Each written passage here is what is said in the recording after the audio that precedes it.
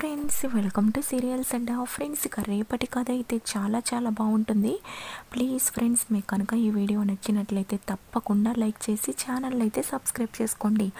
ఇక కథలో అయితే మిథున దేవ దగ్గరికి వెళ్ళి, నా గురించి ఏం ఆలోచించావు, నేను నీ భార్యని, నా తిండి గురించి నువ్వే పట్టించుకోవాలని అడుగుతుంది. దాంతో దేవ, అయినా నేనెందుకు నీ గురించి పట్టించుకోవాలని చెప్తూ ఉండగా మిథున తన మెల్లోని తాళిబట్టిని చూపిస్తుంది. ఇక దేవ, ఎందుకురా నీ ముఖం మండ, తన మెల్లో ఎందుకురా ఆ తాడుని వేసావు అని చెప్పి తనని తానే తిట్టుకుంటూ, భోజనం తినకుండా ఉండలేదు, నా భర్తవి నువ్వే కాబట్టి నీ బాధ్యత అని అంటుండడంతో, ఏంటి నా బాధ్యత, నాకైనా అవతల చాలా పనుంది, నేను వెళ్ళాలి అని అంటుండడంతో, సరే అయితే నేర్చుకున్నాను, నేను వేరేగా వంట చేసుకోవాలని అనుకుంటున్నానని అంటుంది.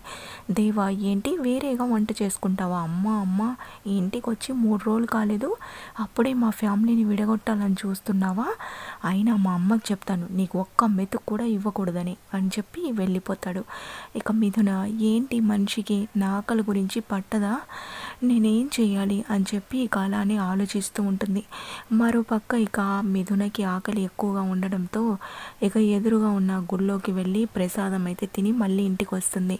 ఇక ఆ తర్వాత నీళ్ళ కోసం సూర్యకాంతాన్ని ప్రమోదిని వెళ్ళమని చెప్తుండడంతో సూర్యకాంతం కావాలని బాలేదని ఏదో చెప్తుంది. ఇక మిథున, అత్తయ్య గారు నేను తీసుకొస్తాను అని అంటుండడంతో, వద్దమ్మా, నువ్వు అసలు ఈ ఇంట్లో ఏ పని చేయాల్సిన అవసరం లేదు, అయినా అంత మంచి జీవితాన్ని వదులుకొని నువ్వెందుకు ఇక్కడ తిండి తిప్పలు లేకుండా ఉంటున్నావో నాకు అర్థం కావడం లేదు, నిన్నలా చూస్తూ ఉంటే మాకు కూడా పాపం అనిపిస్తుంది, నీ కళ్ళ ముందు మేము తింటూ ఉంటే నువ్వు తినకుండా మాకెక్కడ పాపం తగులుతుందో అనిపిస్తుంది, కానీ నువ్వు అలా అన్న చేస్తేనన్నా వెళ్ళిపోతావని అనుకుంటుంటే నువ్వు ఆ గుడిలో ఇచ్చే ప్రసాదం తిని సరిపెట్టుకుంటున్నావు, కానీ ఇంటికి మాత్రం వెళ్ళడం లేదు, ఏంటమ్మా ఇదంతా అని అంటుండడంతో, అత్తయ్య గారు మీరు నన్ను ఎన్నిసార్లు అడిగినా నా నోటి నుంచి వచ్చే సమాధానం ఒక్కటే, నేను మీ ఇంటి కోడల్ని, నేను చనిపోయేంత వరకు ఈ ఇంటి కోడలుగానే ఉంటాను, నా నించుకోను అని చెప్పి అంటుంది.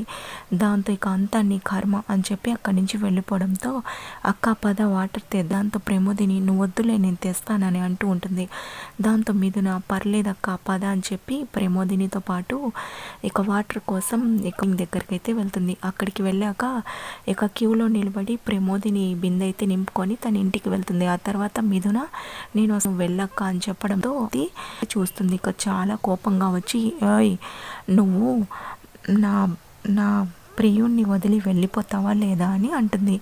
దాంతో మీదన, ఏం మాట్లాడుతున్నావు అని అంటుండడంతో, అదే నా రాజా ఉన్నాడు కదా దేవా, తనని నేను చిన్నతనం నుంచి ప్రేమిస్తున్నాను, తనే నా భర్తని కలలు కన్నాను, ఇప్పుడు మధ్యలో నువ్వు వచ్చి తన భార్యనంటూ ఏంటి అసలు ఇదంతా, అయినా తను ఒక పెద్ద రౌడీ, తనకు భయపడి అసలు ఏ అమ్మాయి తన దగ్గరికి కూడా రాదు, కానీ నువ్వేంటో తనేదో నీ మెల్ల ఆవేశంలో తాళి కడితే నా భార్యనని ఇంట్లో వచ్చి కూర్చున్నావు అని అంటుంది. దాంతో, అవునా, మరి పెద్ద రౌడీ అని నువ్వే అంటున్నావు, మరి నువ్వెలా ప్రేమించావు చిన్నతనం నుంచి తనని అంటుండడంతో ఇక భానుమతి, అందరూ వేరే నేను వేరే, నా రాజా నా దృష్టిలో చెడ్డవాడు కాదు, తను గొడవ పడ్డా అది ఒక మంచి విషయం గురించి అవుతుంది, ఈ జనాలందరికీ తెలియక తనని అలా అనుకుంటున్నారు అని చెప్తుండడంతో మిథున, మరి అలాంటి వాడే నేను కావాలని కోరుకోలేదు, కానీ తనే నా మెల్లో కట్టాడు, ఇప్పుడు నువ్వు అంటున్న మాటలు మొత్తం నేను చెప్తున్నాను విను, నాకు కూడా తన గురించి ఇప్పుడిప్పుడే అర్థమవుతుంది,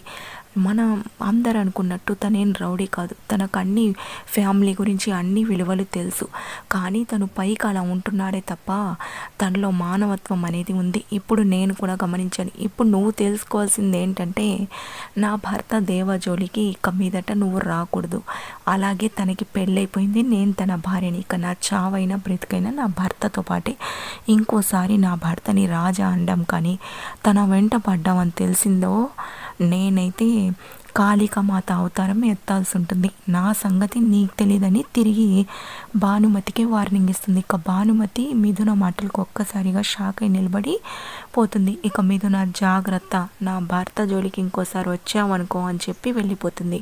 ఇక భానుమతి, ఇదేంది ఇది, నేను తనకు వార్నింగ్ ఇద్దామనుకుంటే రివర్స్లో తనే నాకు వార్నింగ్ ఇచ్చింది, చూస్తుంటే ఇది పెద్ద ముదురులా ఉంది, నా రాజాని ఎలాగైనా నేను దక్కించుకోవాలి, దానికోసం ప్లాన్ చేయాలని ఆలోచిస్తూ ఉంటుంది. మరోపక్క దేవాకి మిథున చెప్పిన మాటలు మొత్తం గుర్తుకొస్తూ ఉంటాయి. కానీ మళ్ళీ తన మనసుని మార్చుకుంటూ అలా డల్గా అయితే ఉంటాడు షెడ్లో.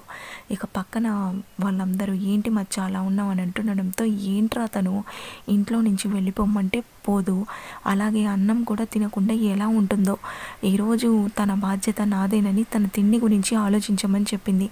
నేనేం చేయాలి అని అంటుండడంతో అలా అంటావేంటి మంచా, కనీసం సాటి మనిషిగానైనా తన గురించి ఆలోచించాలి కదా, అయినా ఎలా తను తినకుందో అలా ఉంటుందంటే కేవలం నీకోసమే, ప్లీజ్ మచ్చా అని ఆలోచించు అని అంటుండడంతో ఇక మిథున కోసం అయితే భోజనం తీసుకొస్తాడు ఇక దేవ. అది చూసి మిథున ఏంటిది అని అంటుండడంతో భోజనం తిను అని అంటాడు. మిథున నువ్వు నా కోసం తీసుకొచ్చావా అని అంటుండడంతో హలో హలో నీ పైన ప్రేమతో నువ్వు భార్య అని ఇదంతా చేయట్లేదు, సాటి మనిషిగా నువ్వు ఆకలితో ఇలా ఉంటే నాకెక్కడ పాపం తగులుతుందోనని తీసుకొచ్చాను, తినమ్మ తిను అని అంటుండడంతో మిథున చాలా హ్యాపీగా ఫీల్ అవుతుంది. ఫ్రెండ్స్ ప్లీజ్ మీకు కనుక ఈ వీడియో నచ్చినట్లయితే లైక్ చేయండి.